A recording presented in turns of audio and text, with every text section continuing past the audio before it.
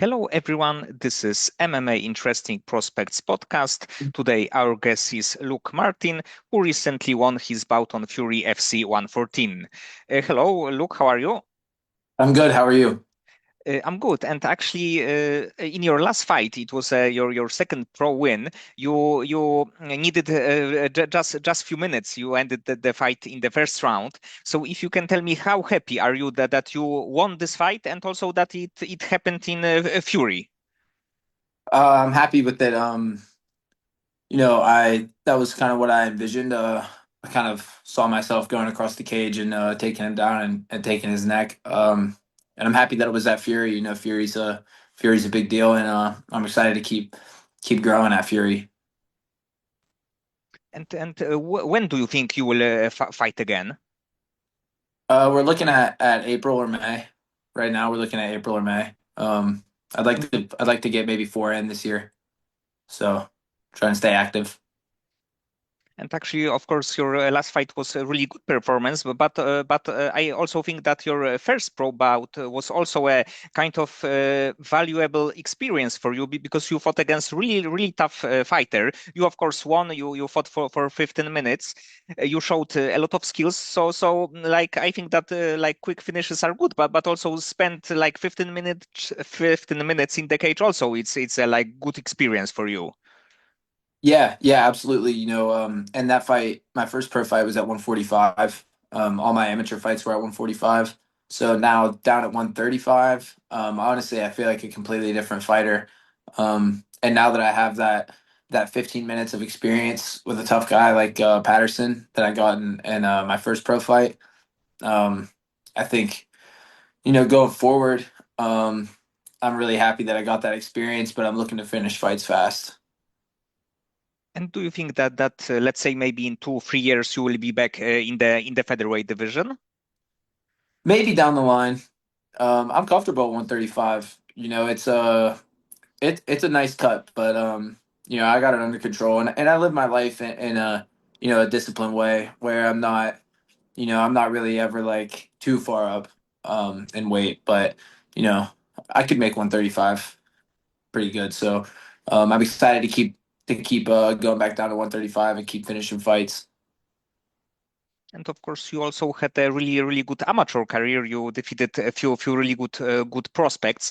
You lost only one fight, and when you lost that one fight, what kind of lesson did you took from that contest?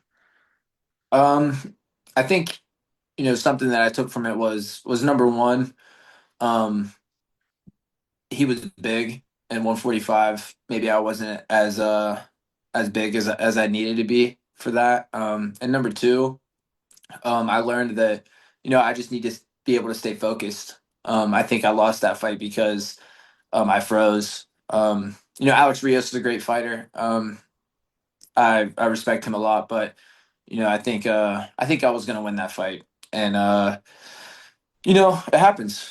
It is what it is, and I just needed to stay focused. I froze for a second when I was on top of him, and he caught my arm, and that is what it is. Salute to him. I hope that he, has a great career and all that. But I'm down at 135 now, and like I said, I'm a whole different fighter at 135. At 135, I don't know that fight goes like that. Um, just respectfully to him, but um, yeah, like I said, whole different fighter at 135. I'm not the same guy I was at 145. And of course, you have like a background in wrestling, and when you wrestle, did you think that MMA can be like your career, that this will be like route that you would like to take? Um, Not really. At the time, I was so focused on wrestling that that was kind of all I wanted to do. And then when I got done, MMA just kind of like fell into my lap, and I kind of realized that it was something that, I already have a head start in, with wrestling. Um, and let's just see what happens. I love to compete. I love to compete in front of people, especially. I just, like I said, I love to compete, and this is an opportunity for me to compete until I can't anymore, and that's what I'm looking to do. Just compete at the highest level until I can't. So, for right now, I'm just kind of day by day. Um, trying to go as long as I can. So with this wrestling experience, of course, you had like this one tool that you were great at. But when you went for the first time to MMA gym and you need to strike, how did you feel? Well, actually, the first time that I was doing anything like that was in 2022. I went to Denver, Colorado, and I was at high altitude MMA where Corey Sandhagen and those guys were training, and there was some really good fighters in there, and I realized that you know wrestling itself just isn't going to be enough. I'm going to have to learn how to use my hands too, and ended up in Pittsburgh, and I couldn't be happier with Pittsburgh. My coaches, Will Morrill, he's my striking coach. He does a really good job of teaching me the way that I learn. I think he teaches me striking concepts, not just like some long combination that I'm never going to throw in a fight. He teaches me positionally um, and conceptually, and that's kind of a way that I learn, and that's I haven't really got to show off my striking in a fight yet, but I'm really excited to do that when I get the chance because I think that I'm going to surprise a lot of people with the way that my striking looks because of Will. Um, and then also I have my coach Mike Wilkins. He's my like grappling and just kind of like MMA coach all around. You know, I love him to death, and he's making me a lot better every single day. My coach Warren Stow, he's making me a lot better every single day. My training partners, I'm training with like hammers. I'm training with Lucas Siebert, he's 6-0, knocking on the door of the UFC. Britt Bickhart, she's on her way. She's a great fighter. Tim Bailey, 1-0 pro. Anthony Hogback pros. Like this is what we do. Like I ended up in Pittsburgh and I couldn't be happier with it because of the people that, I'm around and the coaches that I'm around and everybody's on the same mission. You know, we're all trying to get to the top.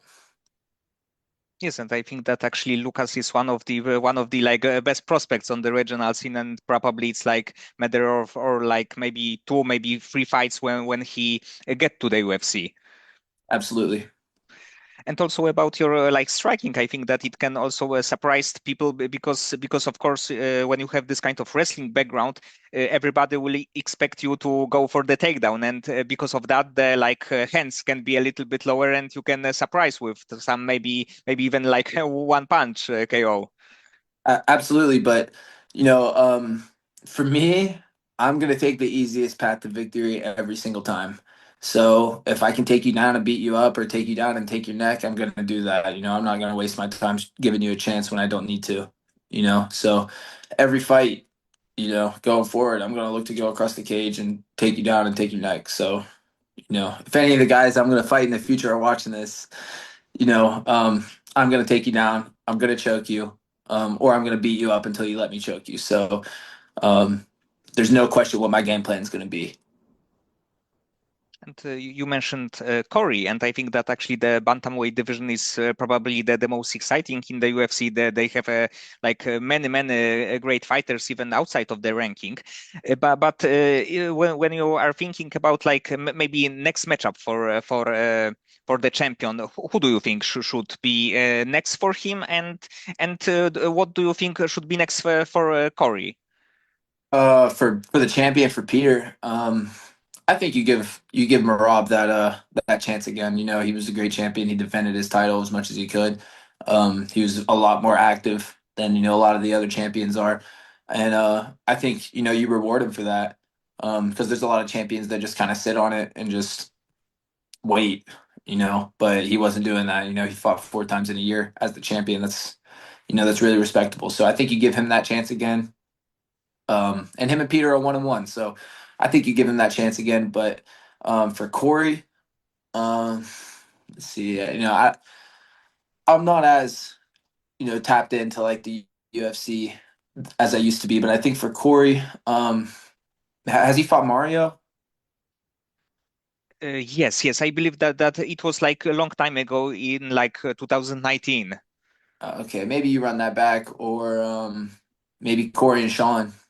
I think the people would love to see Corey and Suga. So I personally would love to see that. So you do Corey and Suga, and you do uh, Marab and Peter. Yes, these are probably the best matchups that you can make right now in bantamweight division. But going back to your career, because of course right now we are 2-0, you want to be active this year. But when you think about your future, so possibility of even going to the UFC, do you have some kind of like timeline for this? I think, if I'm as active as I want to be, I think I'm looking at the Contender Series next year. Um, that's just, like I said, I'm taking it day by day. I've never really been one to look too far ahead, so I think just broadly, um, 2027 Contender Series, I'll be ready. I'll be experienced, even if it takes longer than that. I'm only 26. I have a lot of time. So, I'm not rushing anything. I'm just going to keep getting better. And, when the time comes, I'll be ready. I'm not gonna rush anything or try to, get there too fast or anything like that. Just when the time comes, I'll be ready. And if you, when you are thinking about also about your future, what would you consider like a success in MMA? So let's say that you ended your career, you finished it, and what take it to call it a successful career for you? I think, there's a couple ways that I look at it. Um, I think a success for me obviously would be UFC gold.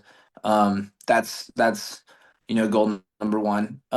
But sometimes things don't go the way that you always want them to. So I think a success for me would be just fighting until I can't anymore. Really. Obviously if I start getting knocked out and all that stuff, like, that'll change. But like, um, for me, I think just helping my teammates and helping my training partners get to where they want to go, and maximizing their potential, and of course myself, maximizing my potential whatever that may be.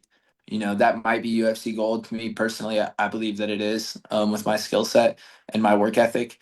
I believe that is the end for me. But if it's not, um, that is what it is. I'm happy that. This is something that I love and I get to do what I love. So to me, I could retire right now and I would be a success as far as I'm concerned. So, also, where I'm from Parkersburg, West Virginia. And I don't know anybody that's, taken it even as far as I have already. So I'm already a success if I stopped right now. So everything else is just, icing on the cake, and I'm just going to keep chasing gold until I can't anymore. And actually, I think that like many fighters had a like a great and successful career, and even like not being a champion, they can be called a legendary fighters. Like I don't know, Donald Cerrone. Let's say that he made so many great things that even that he wasn't a UFC champion, nobody like consider him as the like something less than a champion.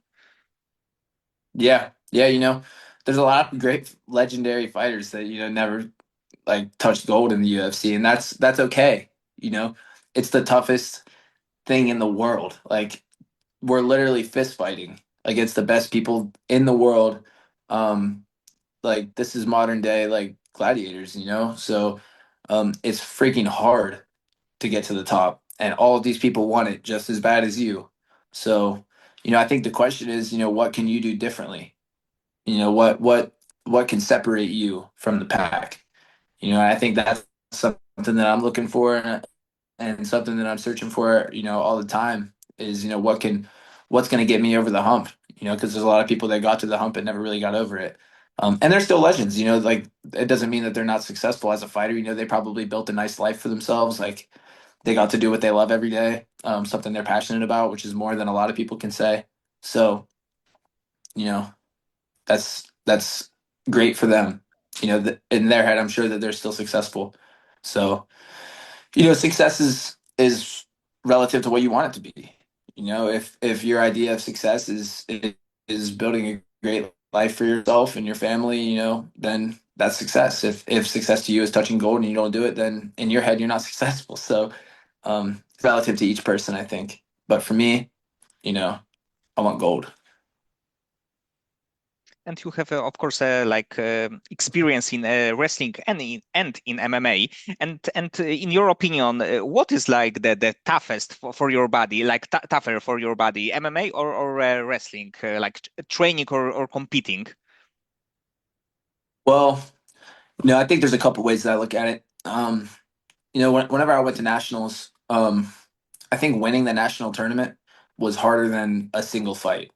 But putting fights together and you talk about the whole training camp and I don't know that I've went into a fight 100% healthy yet. Um, and that's just I train hard. That's like my whole life was built around training hard. And I've always been somebody that other people in the room can look at and be like, I can push myself harder because he's going there. Um, and I pride myself on being one of the hardest workers around. And I've never been somebody that has relied on talent. You know, I think that's one of the best things that wrestling taught me was that talent only gets you so far. You kind of got to be a dog too.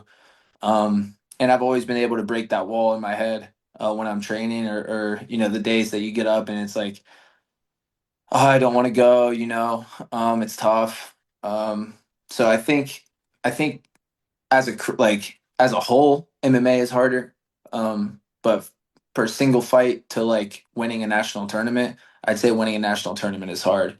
But wrestling is also really hard in the way that if you're cutting a lot of weight and you cut a bunch of weight, uh, and you get on a bus to Oklahoma on Wednesday, and then you wrestle some super tough guy. Maybe you win, maybe you lose, doesn't really matter. And then you come back, and then you study or whatever college wrestling does, and then you get back on a bus on Friday, and now you're in North Dakota, and then you weigh in again, and then say you make it to the second day, and now it's Saturday. Now you're weighing in again, wrestling the toughest guys. Like if you look at the national tournament, you're weighing in on Thursday, wrestling a national qualifier, make it to Friday, you weigh in again Friday, wrestle more national qualifiers, then you make it to well, on Friday you're wrestling all Americans.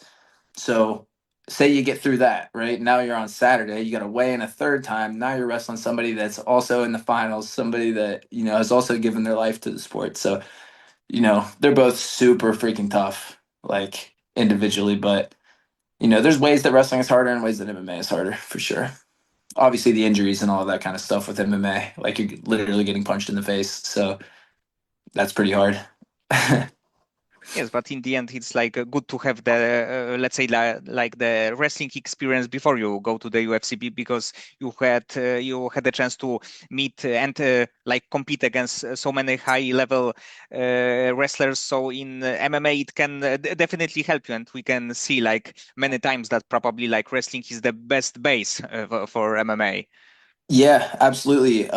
Wrestling, like I think even more so than the just like the pure technicality of it, like the takedowns and like the control and all that kind of stuff. I think wrestling teaches you how to like compete at an early age. Like I started wrestling when I was 4, and I've been doing it at the highest level since then. So like I learned how to compete. I learned how to lose. I learned how to, you know, lose and pick myself back up and come back and get third. Like I learned how to compete in front of people. I learned how to train. I learned what it means to like live the right way. Like I learned all this stuff when I was wrestling. So it was a really easy progression into MMA. It was really natural for me. Um, Whereas I think a lot of people that just get into MMA, their first fight is their first time like competing in front of like a crowd and like competing against somebody and like things like that, all that kind of stuff. So I think it's really valuable, like the other aspects of it that I think a lot of people don't really mention when they mention like best base for MMA, which obviously all that stuff matters. Like it's a big deal, the takedowns, the control, and that stuff. But all that other stuff is a big deal too. Like you see a lot of people go into their first fight and they don't know how to feel. Like they're freaked out, they're nervous, they're this, they're that. But in all my fights, I don't really. I've been there. I've spent so much time on big stages that it's like it's so normal for me to just go compete. Win or lose. Like I'm not so focused on the outcome that I'm freaked out by it. I'm kind of just like really focused on what I want to do in the fight, technically. So I think that gives me a real edge over everybody else that I compete against. Okay, look, so many thanks for the time and for conversation. I think that like Fury can give you some really good prospects because of course that their roster is really like full of young prospects, and I hope that you will be active this year, and maybe like you mentioned, Contender Series will be in your future. Absolutely, man. I'm looking to fight the best prospects. I want to be ready when it's my turn, to get in the league. So, I want Fury to give me the best guys they got, and I'm going to knock them down one by one. And, around this time next year, I'm looking at that Fury belt, and then it's Contender Series time.